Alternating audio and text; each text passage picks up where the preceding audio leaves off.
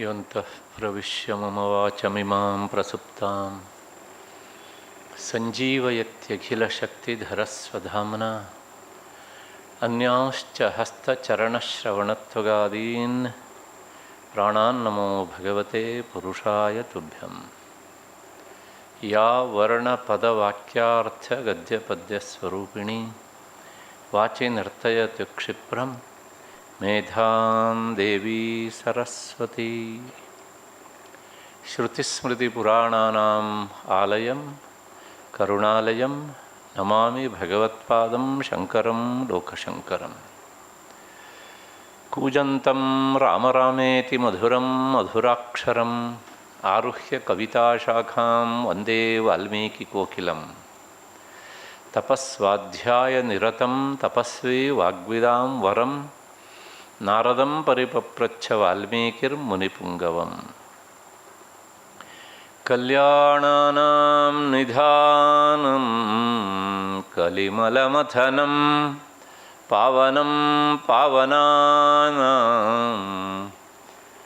ಪಾಥೇಯಂ ಯನ್ಮುಮುಕ್ಷೋಃ ಸಪದಿ ಪರಪದ ಪ್ರಾಪ್ತಯೇ ಪ್ರಸ್ಥಿತಸ್ಯ ವಿಶ್ರಾಮಸ್ಥಾನಮೇಕಂ ಕವಿವರವಚಸಾಂ ಜೀವನಂ ಸಜ್ಜನಾನಾಂ ಬೀಜಂ ಧರ್ಮದ್ರುಮಸ್ಯ ಪ್ರಭವತು ಭವತಾಂ ಭೂತಯೇ ರಾಮನಾಮ.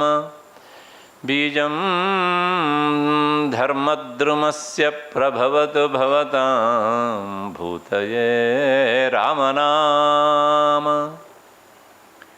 ಆರಾಮಃ ಕಲ್ಪವೃಕ್ಷಾಣಾಂ ವಿರಾಮಃ ಸಕಲಾಪದಾಂ ಅಭಿರಾಮಸ್ತ್ರಿಲೋಕಾನಾಂ ರಾಮಃ ಶ್ರೀಮಾನ್ ಸನಃ ಪ್ರಭುಃ ರಾಮಃ ಶ್ರೀಮಾನ್ ಸನಃ ಪ್ರಭುಃ.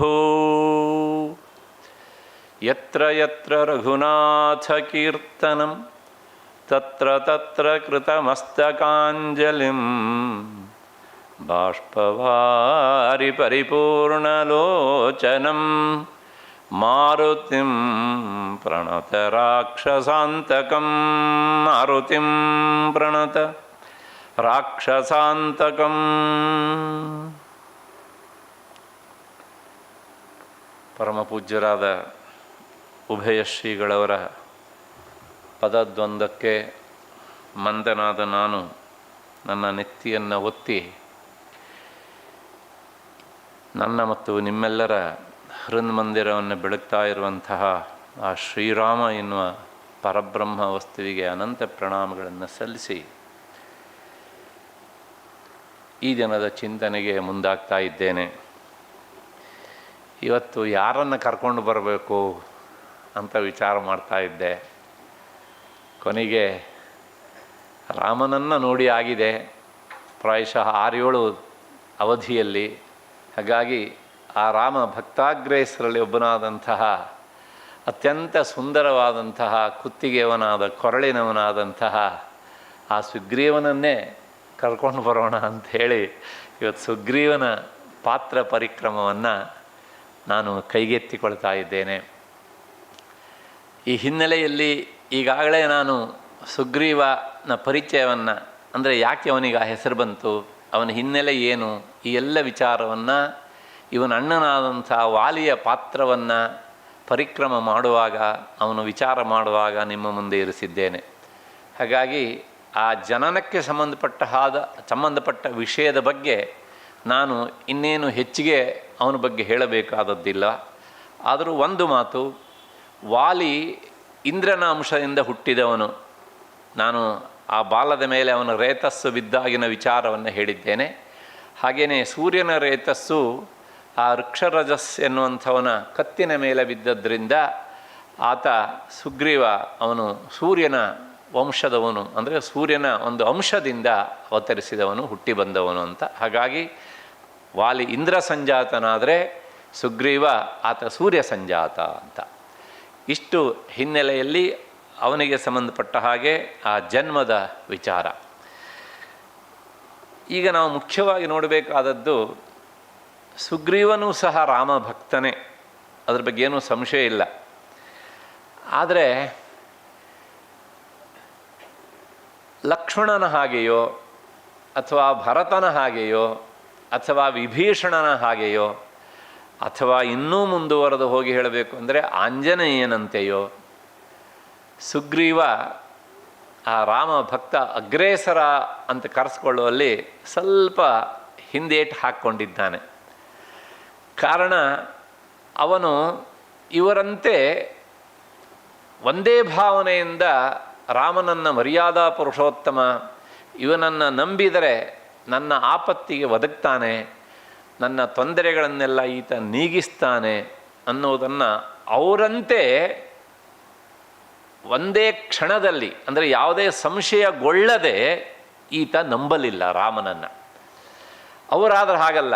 ಭರತನಾಗಲಿ, ಲಕ್ಷ್ಮಣ ಆಗಲಿ, ವಿಭೀಷಣ ಆಗಲಿ, ಆಂಜನೇಯ ಆಗಲಿ, ಅವರೆಲ್ಲ ರಾಮನನ್ನು ನೋಡಿದ ಮರುಗಳಿಗೆಯಲ್ಲಿ ಅಂತ ಹೇಳಿ ಉದ್ಗಾರ ತೆಗೆದು ನನ್ನ ಈ ಜೀವಾತ್ಮನ ಉದ್ಧಾರಕ್ಕೆ ಇವನೊಬ್ಬ ಪರಬ್ರಹ್ಮ ವಸ್ತುವಾಗಿ ಅವತರಿಸಿ ಬಂದಿದ್ದಾನೆ ಅಂತ ಭಾವಿಸಿದವರು. ಅದು ಸುಗ್ರೀವ ಹದಪಟ್ಟಿಗೆ ಅದನ್ನು ಒಪ್ಪಿಕೊಳ್ಳಲಿಲ್ಲ. ಅದಕ್ಕೆ ಕಾರಣ ಇತ್ತು. ಯಾಕೆಂದರೆ ರಾಮನನ್ನು ಕಾಣುವ ಹೊತ್ತಿಗೆ ಆಗಲೇ ಸುಗ್ರೀವ ಎಲ್ಲರನ್ನೂ ಸಂಶಯದಿಂದಲೇ ನೋಡುವಂತಹ ಒಂದು ಮನಸ್ಥಿತಿಯನ್ನು ಬೆಳೆಸ್ಕೊಂಡಿದ್ದ. ಪರಿಸ್ಥಿತಿ ಅವನನ್ನು ಹಾಗೆ ಮಾಡಿತ್ತು. ಯಾಕೆಂದರೆ ಅಣ್ಣನಾದಂತಹ ವಾಲಿ ಇವನಿಗೆ ಕೊಡಬಾರದ ಹಿಂಸೆಯನ್ನು ಕೊಟ್ಟಿದ್ದ. ಸಣ್ಣ ಒಂದು ತಪ್ಪಿನಿಂದಾಗಿ, ನಾನು ಅದನ್ನು ಹೇಳಿದ್ದೇನೆ, ಮಾಯಾವಿ ಎನ್ನುವಂತಹ ಒಬ್ಬ ದೈತ್ಯನ ಹನನ ಪ್ರಸಂಗದಲ್ಲಿ ವರ್ಷಗಟ್ಟಲೆ ಕಾದ್ರೂ ಸಹ ವಾಲಿ ಗುಹೆಯಿಂದ ಹೊರಕ್ಕೆ ಬರದೇ ಇದ್ದಾಗ ಕೊನೆಗೆ ರಕ್ತ ಮಾತ್ರ ಬಂತು ಹೊರಕ್ಕೆ. ಅದನ್ನು ನೋಡಿ ಸುಗ್ರೀವ ಭ್ರಮಿಸಿಬಿಟ್ಟ. ಪಾಪ, ಅದೇನು ಉದ್ದೇಶಪೂರ್ವಕವಾದಲ್ಲ. ನನ್ನ ಅಣ್ಣನನ್ನು ಈ ಮಾಯಾವಿ ಏನು ಮಾಡಿದ್ದಾನೆ, ಸಾಯಿಸಿಬಿಟ್ಟಿದ್ದಾನೆ, ಹಾಗಾಗಿ ಅಣ್ಣ ಇನ್ನು ಬರೋದು ಕಾಣೆ.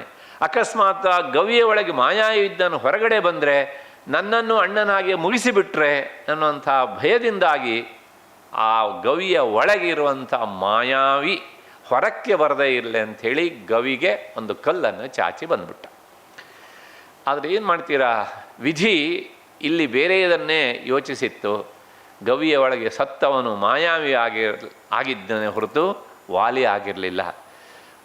ವಾಲಿ ಬಂದವನು ಏನು ಮಾಡಿದ ಕೇಳಿದರೆ, ಸುಗ್ರೀವ ಉದ್ದೇಶಪೂರ್ವಕವಾಗಿ ನಾನು ಗವಿಯಿಂದ ಈಚೆ ಬರದೇ ಇರಲಿ ಅಂಥೇಳಿ ಬಂಡೆಯನ್ನು ಚಾಚಿದ ಅಂತ ತನ್ನ ತಮ್ಮನನ್ನು ಯಥಾರ್ಥವಾಗಿ ತಿಳಿಯದೆ ಅಪಾರ್ಥ ಮಾಡಿಕೊಂಡ. ಸಾಲದಕ್ಕೆ ಏನಾಗಿತ್ತು, ಇವನು ಬರೋಷ್ಟೊತ್ತಿಗೆ ಕಿಷ್ಕಿಂಧೆಯಲ್ಲಿ ಮಂತ್ರಿಗಳೆಲ್ಲ ಸೇರಿ ಇವನಿಗೆ ಆ ಕಿಷ್ಕಿಂಧೆಯ ಪಟ್ಟವನ್ನೂ ಕಟ್ಟಿಬಿಟ್ಟಿದ್ರು. ಹಾಗಾಗಿ ಆ ಸಿಂಹಾಸನ ಮೇಲೆ ಕುಳಿತಿದ್ದನ್ನು ಇವನು ನೋಡ್ದ ವಾಲಿ. ಹಾಗಾಗಿ ಇವನಿಗೆ ಸುಗ್ರೀವನ ಬಗ್ಗೆ ಸಂಶಯ ಒಂದೊಂದು ಘಟನೆಯನ್ನು ನೋಡಿದಾಗಲೂ ಸಹ ಗಟ್ಟಿ ಆಗ್ತಾ ಹೋಯಿತು. ಕೊನೆಗೆ ಅವನನ್ನು ಅಟ್ಟಾಡಿಸಿಕೊಂಡು ಹೊಡೆಯೋದಕ್ಕೆ ಹೋದ. ಬರೀ ಹೊಡೆಯೋದಕ್ಕೆಲ್ಲ, ಅವನನ್ನು ಸಾಯಿಸೇ ಬಿಡಬೇಕು ಅಂಥೇಳಿ ಆತ ಅವನಿಗೆ ಹಿಗ್ಗಾಮುಗ್ಗ ಹೊಡೆದ. ಆ ಸಂದರ್ಭದಲ್ಲಿ ಅವನ ಏಟನ್ನು ತಾಳಲಾರದೆ ಸುಗ್ರೀವ ಜಗದ್ಭ್ರಮತಿ ದುಃಖಿತ. ಅವನು ಹೋಗದೇ ಇರುವಂಥ ಜಾಗಗಳಿಲ್ಲ, ಅಲ್ಲೆಲ್ಲ ಹೋಗಿದ್ದಾನೆ. ಆದರೆ ಇವನು ಅಲ್ಲೆಲ್ಲ ಹೋಗಿ ಅವನನ್ನು ಏನು ಮಾಡಿದ್ದಾನೆ ಅಂದರೆ ಅಟ್ಟಿಸಿಕೊಂಡು ಹೋಗಿ ತನ್ನ ತಮ್ಮ ಅಂತ ನೋಡದೆ ಅವನೊಬ್ಬ ಶತ್ರುವಂತ ಪರಿಭಾವಿಸಿ ಅವನಿಗೆ ಕೊಡಬಾರದ ಹಿಂಸೆಯನ್ನು ಕೊಟ್ಟ. ಇದನ್ನೆಲ್ಲ ಅನುಭವಿಸಿ ಕೊನೆಗೆ ಏನು ಮಾಡಿದ, ತನಗಿನ್ನು ಯಾರೂ ಆಶ್ರಯ ಕೊಡೋರಿಲ್ಲ, ತನಗೆ ಉಳಿಗಾಲ ಇಲ್ಲ ಅಂಥೇಳಿ ಕೊನೆಗೆ ಆ ಋಷ್ಯಮುಖ ಪರ್ವತದ ಬಗ್ಗೆ ನಾನು ಹೇಳಿದ್ದೇನೆ. ವಾಲಿ ಅಲ್ಲಿ ಹೋಗದೇ ಇರುವ ಹಾಗೆ ಮತಂಗ ಮುನಿಗಳು ಅವನಿಗೆ ಶಾಪವನ್ನು ಕೊಟ್ಟಿದ್ದರು. ಆ ಜಾಗಕ್ಕೆ ಬಂದು ಹೇಗಂದರೂ ಇಲ್ಲಿಗೆ ವಾಲಿ ಬರುವುದಿಲ್ಲ ಅಂಥೇಳಿ ತಿಳಿದಂತಹ ಸುಗ್ರೀವ ಆ ಜಾಗದಲ್ಲಿ ಬಂದು ತನಗೆ ಒಂದು ಆಶ್ರಯವನ್ನು, ಅಂದರೆ ತನ್ನದೇ ಆದಂಥ 4 ಜನ ಪರಿವಾರವನ್ನಿಟ್ಟುಕೊಂಡು ಇವನನ್ನು ಸೇರಿ 5 ಜನರನ್ನು ಸೇರಿ ಒಂದು ಸಣ್ಣದಾದಂಥ ಗುಂಪಿನೊಂದಿಗೆ ಅಲ್ಲಿ ವಾಸ ಮಾಡ್ತಿದ್ದ. ರಾಮಾಯಣ ಆಗಿ ಹೋದ ಪ್ರಸಂಗ ಅಲ್ಲ ಅಂತ ಪದೇ ಪದೇ ಹೇಳ್ತಾ ಇದ್ದೇನೆ, ಅದು ನಡೀತಾ ಇರುವಂಥದ್ದು ಅಂತ ಇನ್ನೊಂದ್ಸಲ ಜ್ಞಾಪಿಸಿ ಬಿಡ್ತೇನೆ. ನೋಡಿ, ಯಾರಿಗೆ ಅವರ ದೇಶದಲ್ಲಿ ನೆಲೆ ಇರುವುದಿಲ್ವೋ ಅವರು ಬೇರೆ ದೇಶಕ್ಕೆ ಹೋದಾಗ ಅವರವರೇ ಆದರೂ ಸಹ ಅವರಿಗೆ ಆಶ್ರಯವನ್ನು ಕೊಡುವುದಿಲ್ಲ. ಹಾಗಾಗಿ ಸುಗ್ರೀವ ಇತಿಹಾಸದ ಗರ್ಭದಲ್ಲಿ 9 ಲಕ್ಷ ವರ್ಷಗಳ ಹಿಂದೆ ಆಗಿ ಹೋದವನಲ್ಲ. ಮೊನ್ನೆವರೆಗೂ ಸಹ ಸುಗ್ರೀವನ ಅವಸ್ಥೆ ಪಟ್ಟುವನ್ನು ನಾವು ನೋಡಿದ್ದೇವೆ. ಕೊನೆಗೆ 57 ದೇಶ ಅವರಿದ್ದಿದ್ರೂ ಸಹ ಯಾರೂ ಆಶ್ರಯ ಕೊಡದೇ ಇದ್ದ. ಕೊನೆಗೆ ಆಶ್ರಯ ಕೊಟ್ಟಿದ್ದು ಯಾವುದು? ಭಾರತ. ನಾನು ಯಾರ ಬಗ್ಗೆ ಹೇಳ್ತಾ ಇದ್ದೇನೆ ಅಂತ ನಿಮಗೆ ಅರ್ಥ ಆದರೂ ಬಹಳ ಸಂತೋಷ, ಆಗದೇ ಇದ್ದರೆ ನನಗೇನು ಬೇಸರ ಇಲ್ಲ. ಒಂದು ದೇಶದ ಅಧ್ಯಕ್ಷಗೆ ಅಥವಾ ಪ್ರಧಾನಿಗೆ ಈ ದುಸ್ಥಿತಿ ಬರ್ತದೆ ಅಂತಾದರೆ ಒಂದೇ ಒಂದು ಪ್ರಶ್ನೆ, ನಮಗೆ ಕಷ್ಟ ಬಂದರೆ ನಾವು ಯಾವ ದೇಶಕ್ಕೆ ಹೋಗಬೇಕು? 57 ದೇಶ ಅವರಿದ್ದೇ ಉಂಟು, ನಮ್ಮದಿರೋದು ಒಂದು. ಹೀಗಿದ್ದಾಗ ನಾವು ಕಷ್ಟ ಬಂದರೆ ಅವರವರಿಗೆ ಅವರು ಆಶ್ರಯ ಕೊಡ್ತಾ ಇದ್ದಲ್ಲಿ ನಮಗೆ ಕೊಡ್ತಾರಾ? ಹಾಗಾಗಿ ಇಲ್ಲೆಲ್ಲ ನಾವು ವಿಚಾರ ಮಾಡಬೇಕಾದದ್ದು ತುಂಬ ಉಂಟು. ಒಂದು, ರಾಮಾಯಣ ಆಗಿ ಹೋದದ್ದಲ್ಲ, ಅದು ಇವತ್ತಿಗೂ ಪ್ರಸ್ತುತ. ಒಂದು, ಅದ್ರ ಜೊತೆಗೆ ನಾವು ಇಂಥ ವಿಷಯಗಳು ಬಂದಾಗ ನಮ್ಮ ಮನೆಯಲ್ಲಿ ನಮ್ಮ ಅಭಿಪ್ರಾಯ ಇಟ್ಕೊಳ್ಳೋಣ. ಹೊರಕ್ಕೆ ಬಂದಾಗ ನಮ್ಮ ದೇಶದ ಬಗ್ಗೆ ನಾವು ಒಂದಷ್ಟು ಕಳಕಳಿಯನ್ನು ನಾವು ಇಟ್ಕೊಳ್ಬೇಕು. ನಾವಿಟ್ಕೊಂಡ್ರೂ ಸಾಲದು, ನಮ್ಮ ಯಂಗರ್ ಜನರೇಷನ್ನಿಗೂ ಸಹ ಅದನ್ನು ಪದೇ ಹೇಳಬೇಕು. ತಪ್ಪು ತಿಳ್ಕೊಳ್ಬೇಡಿ, ಇವತ್ತಿನ IT BT ಅವರಿಗೆ ಇದು ಯಾವುದೂ ಲಕ್ಷ್ಯಕ್ಕಿಲ್ಲ. ಅವರಾಯಿತು, ಅವ್ರ ಕಂಪ್ಯೂಟರ್ ಆಯಿತು. ಹಾಗಾಗಿ ನಾವು ಹೋಗಿ ವೋಟ್ ಮಾಡಬೇಕು ಅನ್ನೋಂಥ ಒಂದು ಕನಿಷ್ಠ ಪ್ರಜ್ಞೆಯೂ ಸಹ ಅವರಿಗಿಲ್ಲ. ಅವತ್ತು ರಜೆ ಕೊಡ್ತಾರಲ್ವ, ನಮಗೆ ಮಾಲುಂಟು, ಅಲ್ಲಿ ಹೋಗಿ ಮಾಲು ತಂದ್ರೆ ಆಯಿತು ಅಷ್ಟೇ. ಈ ರೀತಿಯಾದಂಥ ಯೋಚನೆಯಿಂದಲೇ ನಾವೆಲ್ಲೋ ಒಂದು ಕಡೆಗೆ ಸರಿಯಾಗಿ ನಮ್ಮನ್ನು ಆಳುವವರು ಸಿಕ್ಕಾಗ ನಾವು ಅವರಿಗೆ ಸಹಾಯ ಮಾಡದೆ, ಅವರ ಭುಜಕ್ಕೆ ನಮ್ಮ ಕೈಯನ್ನು ಸೇರಿಸದೆ ಅನ್ಯಾಯ ಮಾಡ್ತಾ ಇದ್ದೇವೆ. ಹೀಗಾದಾಗ ನಮ್ಮ ಪರಿಸ್ಥಿತಿಯೂ ಸಹ ಸುಗ್ರೀವನಿಗಿಂತ ತೀರಾ ಭಿನ್ನ ಆಗುವುದಿಲ್ಲ. ಅದಕ್ಕೋಸ್ಕರ ನಾನು ಸಾಮಾನ್ಯವಾಗಿ ಇಂಥ ಸಂದರ್ಭ ಬಂದಾಗೆಲ್ಲ ಎತ್ತಿ ಹೇಳ್ತೇನೆ, ನಮ್ಮ ಪ್ರಾಚೀನ ಗ್ರಂಥಗಳೆಲ್ಲ ನಮ್ಮ ಇವತ್ತಿನ ಬದುಕಿಗೂ ಸಹ ಪೂರಕವಾದಂಥ ಎಷ್ಟೋ ವಿಷಯಗಳನ್ನು ಹೇಳ್ತವೆ. ನೋಡುವ ದೃಷ್ಟಿಯನ್ನು ಮಾತ್ರ ನಾವು ಬೆಳೆಸಿಕೊಳ್ಳಬೇಕಷ್ಟೇ. ಈಗ ವಿಚಾರ ಮಾಡಿ, ನಾವು ಸಹ ಸುಗ್ರೀವನಂತೆ ಅನಾಥವಾಗಿ ಬದುಕಬೇಕಾ ಅಥವಾ ನಮ್ಮದೇ ಆದಂಥ ಒಂದು ದೇಶವನ್ನು ನಾವು ಕಟ್ಟಿಕೊಳ್ಳಬೇಕು? ಪ್ರಾಯಶಃ ಸುಗ್ರೀವನ ಭಾಗಕ್ಕೇನೋ ರಾಮ ಒಲಿದು ಬಂದ, ಸಿಕ್ಕಿದ. ನಮಗೆ ಯಾರಿದ್ದಾರ್ರಿ ಅಲ್ವಾ? 10 ವರ್ಷ ನೋಡಿದ್ದೇವೆ, 60 ವರ್ಷ ಹಿಂದೆ ನೋಡಿದ್ದೇವೆ, ಯಾರಿದ್ದಾರೆ ನಮಗೆ ಗೊತ್ತಿಲ್ಲ ಇರೋ ಹಾಗೆ ನಮ್ಮ ಎಲ್ಲ ಸಂಪತ್ತಿಗೂ ಅವರಷ್ಟೇ ಅಲ್ಲ, ಬಿಳಿಯರಷ್ಟೇ ಕತ್ತರಿ ಹಾಕಿದ್ದಲ್ಲ, ನಮ್ಮವರೇ ನಮಗೆ ಅನ್ಯಾಯ ಮಾಡಿದ್ದನ್ನು ಸಹ ನಾವು ಇವತ್ತು ಒಂದೊಂದಾಗಿ ನೋಡ್ತಾ ಇದ್ದೇವೆ. ಅಷ್ಟು ಹಿನ್ನೆಲೆಯಲ್ಲಿ ನಾವು ಇದನ್ನೆಲ್ಲ ಮಕ್ಕಳಿಗೆ ತಿಳಿಸಬೇಕಾದದ್ದು ನಮ್ಮ ಕರ್ತವ್ಯ. ಯಾಕೆಂದರೆ ನಾವು 55-60 ದಾಟಿದವರು ಇದನ್ನು ಉಪೇಕ್ಷೆ ಮಾಡಿದರೆ ಅಂಥ ಹಾನಿ ಇಲ್ಲ. ಆದರೆ ಮಕ್ಕಳು ಉಪೇಕ್ಷೆ ಮಾಡಿದರೆ ಅವರಿಗೂ ನಷ್ಟ, ದೇಶಕ್ಕೂ ನಷ್ಟ. ಆ ಹಿನ್ನೆಲೆಯಲ್ಲಿ ನಮ್ಮ ಮುಂದಿನ ಸಂತತಿ ಸುಗ್ರೀವ ಸಂತತಿ ಆಗಬಾರದು ಅನ್ನೋದಷ್ಟೇ ನನ್ನ ಮಾತಿನ ಅರ್ಥ. ಇಷ್ಟು ಹಿನ್ನೆಲೆಯಲ್ಲಿ ಕೊನೆಗೆ ಏನಾಯಿತು? ಸುಗ್ರೀವ ತನ್ನ ಬದುಕಿನಲ್ಲಿ ಬರೇ ಸಂಶಯ. ಆ ಋಷ್ಯಮುಖ ಪರ್ವತದ ತುದಿಯಲ್ಲಿ ನಿಂತು ಆತ ಕೆಳಗಡೆ ಯಾರೇ ಬಂದರೂ ಸಹ ಸಂಶಯ ಪಡುವಂಥ ದುಸ್ಥಿತಿ ಬಂದ್ಬಿಡ್ತು ಅವನಿಗೆ. ನನ್ನ ಅಣ್ಣ ವಾಲಿಗೆ ಇಲ್ಲಿಗೆ ಬರದೇ ಇರಬಹುದು, ಆದರೆ ವಾಲಿಯ ಕಡೆಯವರು ಬರಬಾರದು ಅಂತೇನೂ ಇಲ್ವಲ್ಲ. ಸಾಲದಕ್ಕೆ ಈ ರಾಜರು ಪ್ರಚ್ಛನ್ನರಾಗಿ ಏನೇನು ಬೇಕಾದ್ರೂ ಮಾಡ್ತಾರೆ. ಅದರೊಳಗೂ ಸಹ ಇದು ಮತ್ತು ಇವತ್ತು ಅಪ್ಲೈ ಆಗುವಂಥದ್ದು. ಯಾವುದೋ ದೇಶದಲ್ಲಿ ಕುಳಿತುಕೊಂಡು ಈ ದೇಶವನ್ನು ಹಾಳು ಮಾಡಬೇಕು ಅಂತ ತಮ್ಮವರನ್ನು ನಮ್ಮ ದೇಶಕ್ಕಲ್ಲಿದ್ದರೂ ಪಕ್ಕದಲ್ಲಿ ಕಳಿಸಿ ಅಥವಾ ಇಲ್ಲಿದೆ ಬೇರೆ ರಾಜ್ಯಕ್ಕೆ ಕಳಿಸಿ ಅಲ್ಲೊಂದು ಸಣ್ಣ ಕಿತಿಬಿ ಮಾಡ್ತಾರೆ ಹೀಗೆ ಅಂತ. ಹಾಗಾಗಿ ಇದೆಲ್ಲ ರಾಜಕೀಯ ತಂತ್ರಗಳು. ಅಷ್ಟು ಹಿನ್ನೆಲೆಯಲ್ಲಿ ಸುಗ್ರೀವ ಎಲ್ಲರನ್ನೂ ಸಹ ಸಂಶಯದ ಕಣ್ಣಿನಿಂದ ನೋಡುವಂತೆ ಆಯಿತು. ಆದ್ದರಿಂದ ಕೊನೆಗೆ ಆತ ಸ್ವತಃ ರಾಮನೇ ಬಂದರೂ ಸಹ ಅವನನ್ನು ಹದಪಾಟಿಗೆ ಒಪ್ಪಲಿಲ್ಲ. ಆದರೆ ಸುಗ್ರೀವ ನಿಜವಾಗಿಯೂ ಕೆಟ್ಟವನ ಅಂತಂದರೆ ಖಂಡಿತವಾಗಿಯೂ ಕೆಟ್ಟವನಲ್ಲ. ಒಂದು ದೃಷ್ಟಿಯಲ್ಲಿ ಹೇಳಬೇಕು ಅಂದರೆ ಅವನು ನಮ್ಮ ಮನಸ್ಸಿಗೆ, ನಮ್ಮ ನಡತೆಗೆ ತೀರಾ ಹತ್ತಿರ ಆಗುವಂಥವನು. ಯಾಕೆಂದರೆ ನಾವು ಹಾಗೆ ಅಲ್ವಾ, ಅಕಸ್ಮಾತ್ತಾಗಿ ದೇವರನ್ನು ನಾವು ನಮ್ಮ ಎದುರಿಗೆ ಬಂದು ನಿಂತರೆ ಸುಲಭಕ್ಕೆ ಒಪ್ಕೊಳ್ತೇವೆ ನಾವು? ಇಲ್ಲ, ಅವನನ್ನೂ ಪರೀಕ್ಷೆ ಮಾಡಿ ನಮ್ಮ ಪರೀಕ್ಷೆಯಲ್ಲಿ ಅವನು ಉತ್ತೀರ್ಣನಾದರೆ ಆಗ ದೇವರು ಅಂತ ಒಪ್ಪಿಕೊಳ್ಳುವ ಜಾಯಮಾನ ನಂಬುದು. ನಾವು ಹೀಗಿರಬಹುದು, ಆದರೆ ಸುಗ್ರೀವ ಹಾಗೆ ಮಾಡಬಾರ್ದು ಅಂತ ಹೇಳುವ ಜನ ನಾವು. ಆದ್ದರಿಂದ ಹೀಗೆ ಸುಗ್ರೀವ ತನ್ನ ಅಣ್ಣ ಮಾಡಿದಂಥ ತಪ್ಪಿನಿಂದಾಗಿ ಎಲ್ಲರನ್ನೂ ಸಹ ಸಂಶಯದಿಂದ ಪಟ್ಟ. ಆದರೆ ಅವನಲ್ಲೂ ಸಹ ಒಂದಿಷ್ಟು ಒಳ್ಳೆತನ ಇತ್ತು. ರಾಮನಲ್ಲಿರುವಂಥ ಶ್ರದ್ಧೆ, ಭಕ್ತಿ ಮತ್ತು ರಾಮ ಈತ ಖಂಡಿತವಾಗಿಯೂ ಸಹ ತನಗೆ ಸಹಾಯ ಮಾಡ್ತಾನೆ ಎನ್ನುವಂಥ ನಿಶ್ಚಯ ಬುದ್ಧಿ ಬಂದ ಮೇಲೆ ಆತ ತನ್ನ ಸರ್ವಸ್ವವನ್ನೂ ಸಹ ರಾಮನಿಗೆ ಒಪ್ಪಿಸೋದಕ್ಕೆ ಮುಂದಾದ. ತಪ್ಪು ಮಾಡಿದ್ದಾನೆ, ಇಲ್ಲ ಅಂತಲ್ಲ, ಕೊನೆಗೆ ಅವನೇ ಹೇಳ್ತಾನೆ ಅದನ್ನು. ಆದರೆ ಆತ ಆ ತಪ್ಪುಗಳನ್ನೆಲ್ಲ ತಿದ್ದಿಕೊಳ್ಳುವಂಥ ಸ್ವಭಾವದವನಾಗಿದ್ದ. ಅವನಿಗೆ ಸರಿಯಾದಂಥ ಮಾರ್ಗದರ್ಶನ ಸಿಕ್ಕಿದರೆ ಈತ ದಾರಿಗೆ ಬರ್ತಾನೆ ಎನ್ನುವಂತಹದ್ದು ರಾಮನಿಗೆ ಗೊತ್ತಿತ್ತು. ಇಷ್ಟು ಹೇಳಿದ ಮಾತ್ರಕ್ಕೆ ಸುಗ್ರೀವ ತಕ್ಷಣವೇ ರಾಮನಿಗೆ ನಮಸ್ಕಾರ ಮಾಡಿದ. ಅಡ್ಬಿದ್ದೆ ಬುದ್ಧಿ ಅಂತ ಹೇಳಿದ. ಇವತ್ತೆಲ್ಲ ಹೇಳ್ತಾರಲ್ಲ ಹಾಗೆ ಮಾಡಿದ ಅಂತ ಖಂಡಿತವಾಗಿಯೂ ನಾವು ನಿರೀಕ್ಷಣೆ ಮಾಡಲಿಕ್ಕೆ ಆಗೋದಿಲ್ಲ. ಯಾಕೆಂದರೆ ಅವನು ಈ ರಾಜಸತ್ತೆಯನ್ನು ತೀರಾ ಹತ್ತಿರದಿಂದ ನೋಡಿದ್ದ. ಹಾಗಾಗಿ ಅವನಿಗೆ ರಾಮನನ್ನು ನೋಡಿದಾಗ ಮೊದಲು ಪರವಾಗಿಲ್ಲ, ಇವನು ನನ್ನ ಹಾಗೆ ರಾಜ ಅಂತ ಇಷ್ಟೇ ಭಾವನೆ ಬಂದಿತ್ತು ಅಂತ ಕಾಣುತ್ತೆ. ಹಾಗಾಗಿ ಅವನನ್ನು ತಕ್ಷಣಕ್ಕೆ ಪರೀಕ್ಷಿಸದೆ ಒಪ್ಪಿಕೊಳ್ಳಲಿಲ್ಲ. ಹಾಗಾಗಿ ಹೆಜ್ಜೆ ಹೆಜ್ಜೆಗೂ ಸಹ ರಾಮನನ್ನು ಪರೀಕ್ಷಿಸಿದ. 3 ಹಂತದಲ್ಲಿ ರಾಮನನ್ನು ಆತ ಪರೀಕ್ಷಿಸಿದ್ದಾನೆ. ರಾಮನ ಪರಾಕ್ರಮವನ್ನು ಸಹ ಆತ ಪರೀಕ್ಷಿಸಿದ್ದಾನೆ. ನೋಡೋಣ ಒಂದೊಂದೇ ವಿಚಾರವನ್ನು ಕೈಗೆತ್ತಿಕೊಂಡು. ನಮಗೆ ರಾಮಾಯಣದಲ್ಲಿ ಸುಗ್ರೀವನ ವಿಷಯ ಮೊಟ್ಟ ಮೊದಲು ಪ್ರಸ್ತಾಪ ಆಗುವುದು ಅರಣ್ಯಕಾಂಡದಲ್ಲಿ ಆ ಕಬಂಧನ ಬಾಯಿಯಿಂದ. ಕಬಂಧ ತನ್ನ ಶಾಪಗ್ರಸ್ತವಾದಂಥ ದೇಹವನ್ನು ಬಿಟ್ಟ ಮೇಲೆ ಕೊನೆಗೆ ಅವನ ಆ ಡಿವೈನ್ ಫಾರ್ಮ್, ದೇವತಾ ರೂಪ ಬಂದ ಮೇಲೆ ಹೇಳ್ತಾನೆ, ನೀನು ಈ ಕಡೆಗೆ ಹೋಗು ದಕ್ಷಿಣದತ್ತ, ಅಲ್ಲಿ ನಾನು ನಿನಗೆ ಸಹಾಯ ಮಾಡೋ ಸ್ಥಿತಿಯಲ್ಲಿಲ್ಲ, ಆದರೆ ನಿನಗೆ ಸಹಾಯ ಮಾಡೋನೊಬ್ಬ ಸಿಗ್ತಾನೆ. ರಾಮನಿಗೆ ಕಬಂಧ ಹೇಳಿದಂಥ ಮಾತು, ನಿನಗೆ ಅವನ ಸಹಾಯ ಬೇಕು ಅನ್ನೋದು ಎಷ್ಟು ಸತ್ಯವೋ ಅಷ್ಟೇ ಸತ್ಯ ಅವನಿಗೆ ನಿನ್ನ ಸಹಾಯ ಬೇಕು ಅನ್ನೋದು. ಹಾಗಾಗಿ ಹೋಗು, ಮತಂಗ ಪರ್ವತದ ಸನಿಹದಲ್ಲಿ ಋಷ್ಯಮುಖ ಪರ್ವತ ಉಂಟು. ಆ ಮತಂಗಾಶ್ರಮದ ಸನಿಹದಲ್ಲಿ ಪಂಪಾತೀರ ಸಿಗ್ತದೆ, ಹುಡ್ಕೊಂಡು ಹೋಗು, ಸಿಗ್ತದೆ, ನಿನ್ನ ಕೆಲಸ ಆಗ್ತದೆ, ಯೋಚನೆ ಮಾಡಬೇಡ ಅಂಥೇಳಿ ಕಬಂಧ ಹೇಳ್ತಾನೆ.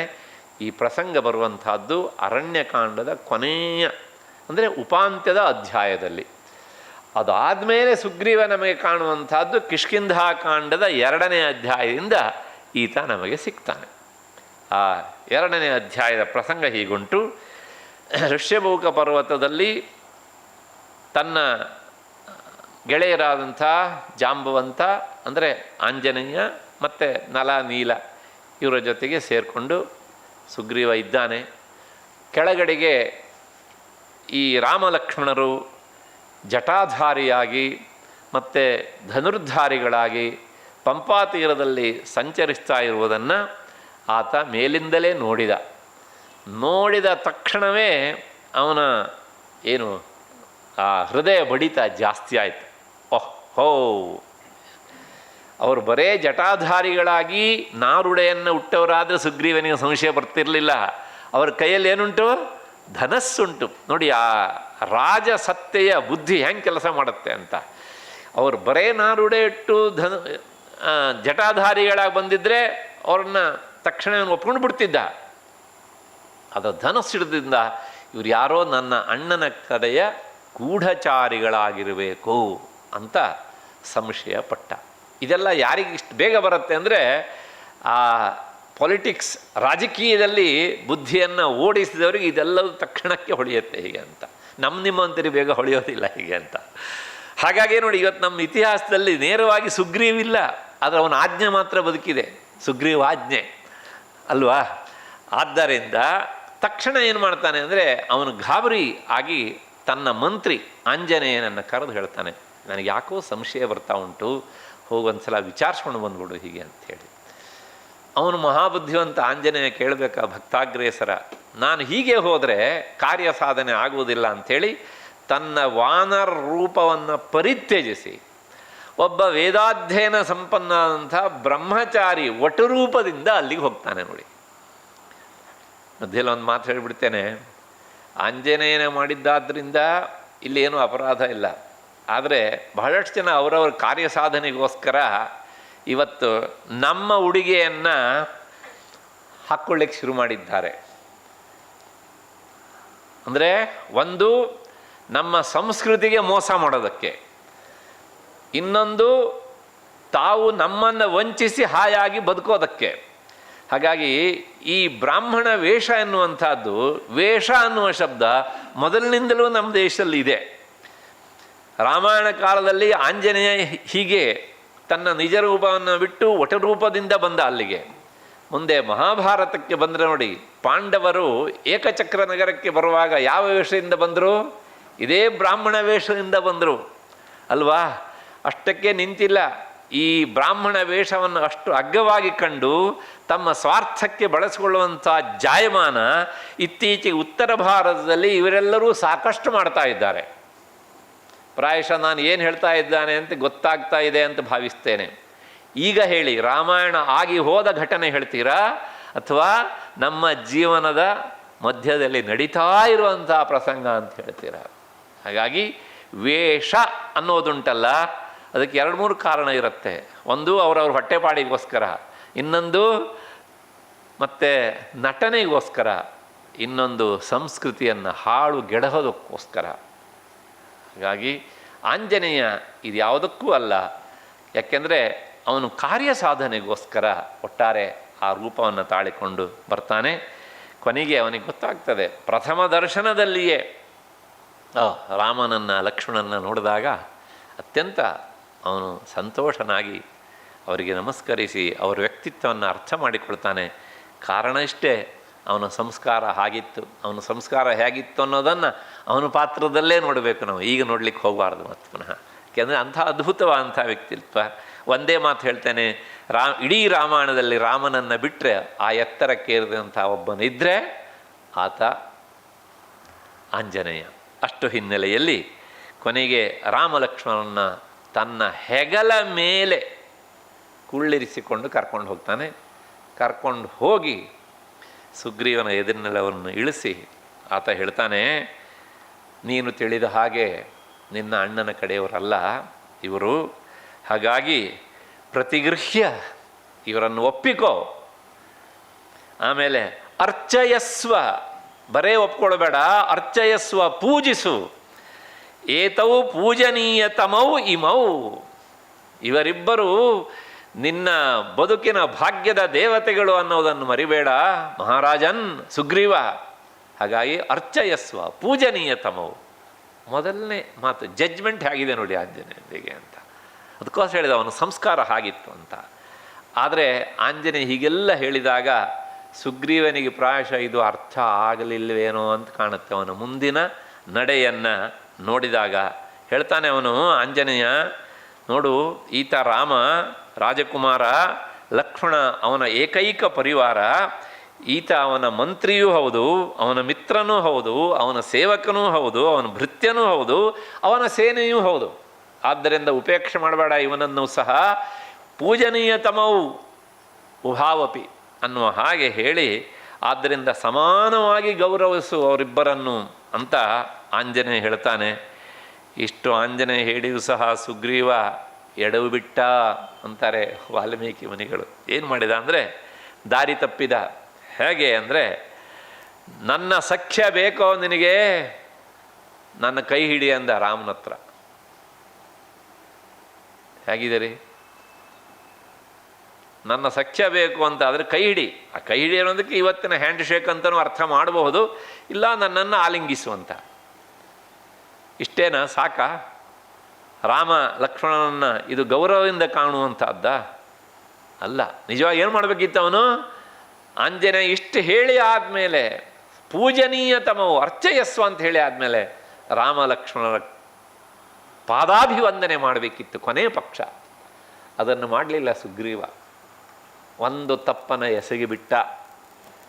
ಆಯಿತು, ಹಾಗೆ ಅಂತ ಬುದ್ಧಿ ಇರಲಿಲ್ಲ ಅಂದ್ರೆ ಇತ್ತು, ಆದರೆ ಎಲ್ಲರನ್ನೂ ಸಂಶಯದಿಂದ ನೋಡುವಂತಹ ಅವನ ಈ ಒಂದು ಸ್ವಭಾವ ಏನು ಮಾಡಿತು ಕೇಳಿದರೆ, ಎಲ್ಲೋ ಒಂದು ಕಡೆಗೆ ರಾಮ ನಿಷ್ಠೆಗೆ ತೋರುವ ಗೌರವವನ್ನು ಕಡಿಮೆ ಮಾಡಿಬಿಡ್ತು. ಯದಿ ರೋಚತೆ ವಾ ಸಖ್ಯಂ ಬಾಹುರೇಶ ಪ್ರಸಾರಿತ, ನನ್ನ ಜೊತೆಗೆ ನಿನಗೆ ಸಖ್ಯ ಬೇಕು ಅಂತಾದರೆ ನಾನು ಕೈ ಚಾಚ್ತಾ ಇದ್ದೇನೆ, ನನ್ನನ್ನು ತಬ್ಬಿಕು ಅಂದ. ರಾಮನ ಜೊತೆಗೆ ಪ್ರಥಮ ಭೇಟಿಯಲ್ಲಿ ಹೇಳಬೇಕಾದದ್ದ ಇದು? ವಿಚಾರ ಮಾಡಿ. ಹೀಗೆ ಅಂತ. ಬಾಹುರೇಶ ಪ್ರಸಾರಿತ. ಅಷ್ಟೇ ಅಲ್ಲ, ಗೃಹ್ಯತಾಂ ಪಾಣಿನಾ ಪಾಣಿ, ಗೃಹ್ಯತಾಂ ಪಾಣಿನಾ ಪಾಣಿ. ಅರ್ಥ ಆಗ್ತದೆ ಅಂತ ಅಂದ್ಕೊಂಡಿದ್ದೇನೆ. ಮರ್ಯಾದಾ ಬದ್ಧತಾಂ ಧ್ರುವ.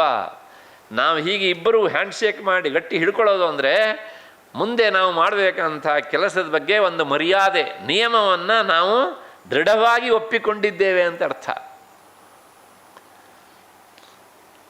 ಹೇಗಿದೆ ನೋಡಿ ಸುಗ್ರೀವನ ಮಾತಿನ ಸ್ಟೈಲ್, ಹೀಗೆ ಅಂತ.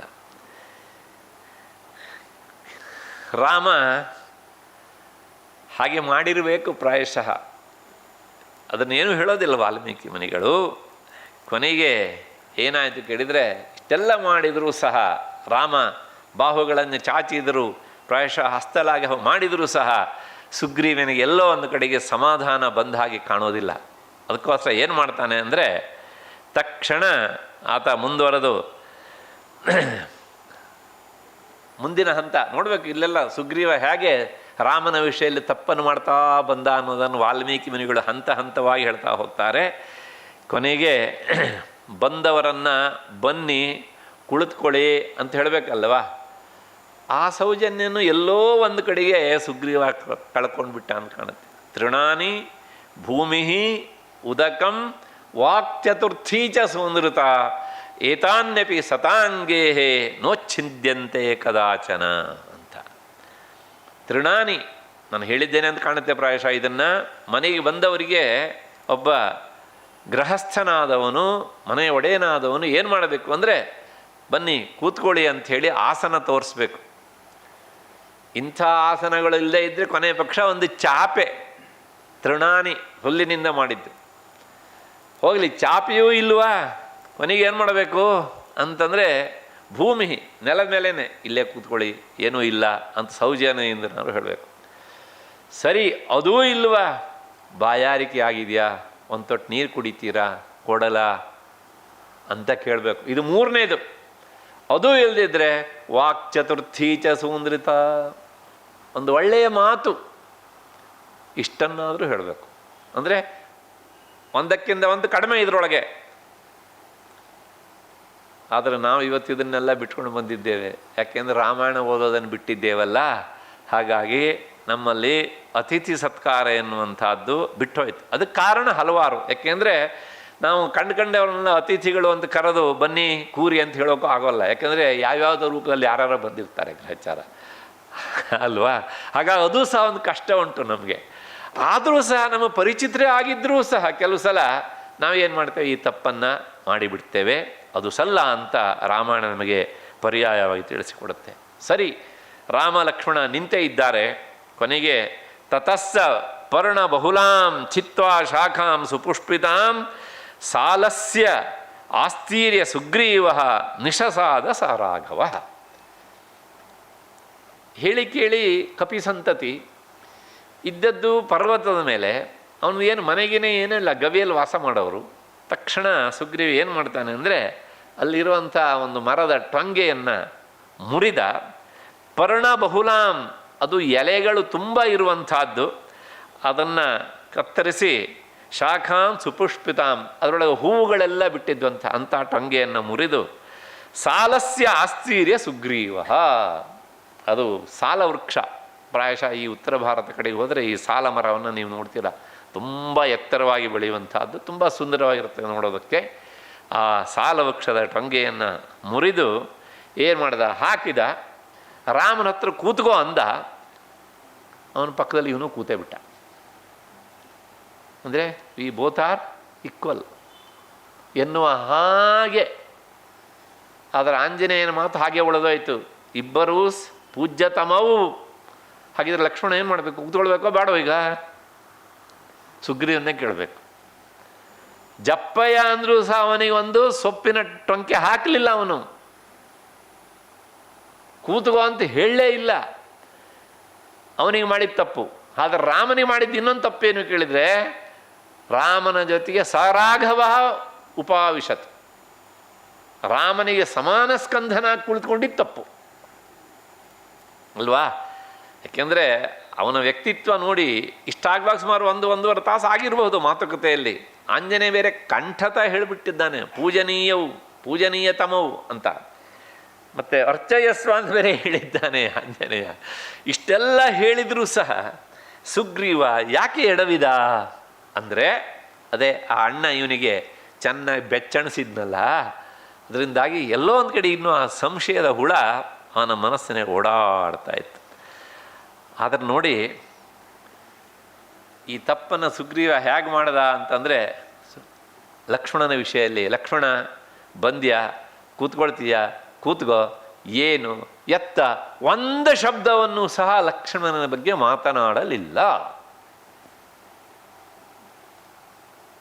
ಇದು ಒಬ್ಬ ರಾಮ ಭಕ್ತನಾದವನಿಗೆ ಮಾಡಿದ ಅಪಚಾರವಾದ್ದರಿಂದ ಪರ್ಯಾಯವಾಗಿ ಯಾರಿಗೆ ಮಾಡಿದಾಗಾಯಿತು? ರಾಮನಿಗೇ ಮಾಡಿದಂಥ ಅಪಚಾರ ಆಯಿತು. ಯಾಕೆಂದರೆ ಅವನು ಪರಮ ಭಾಗವತೋತ್ತಮ. ನಾವು ಲಕ್ಷ್ಮಣನ ಬಗ್ಗೆ ನೋಡಿದ್ದೇವೆ ಅಲ್ವಾ? 9 ಲಕ್ಷ ವರ್ಷಗಳ ಹಿಂದಿದ್ದೇನು ಲಕ್ಷ್ಮಣ, ಇವತ್ತೂ ಸಹ ನಮ್ಮ ಹೃದಯಕ್ಕೆ ಹತ್ತಿರ ಆಗ್ತಾನೆ ಅವನು.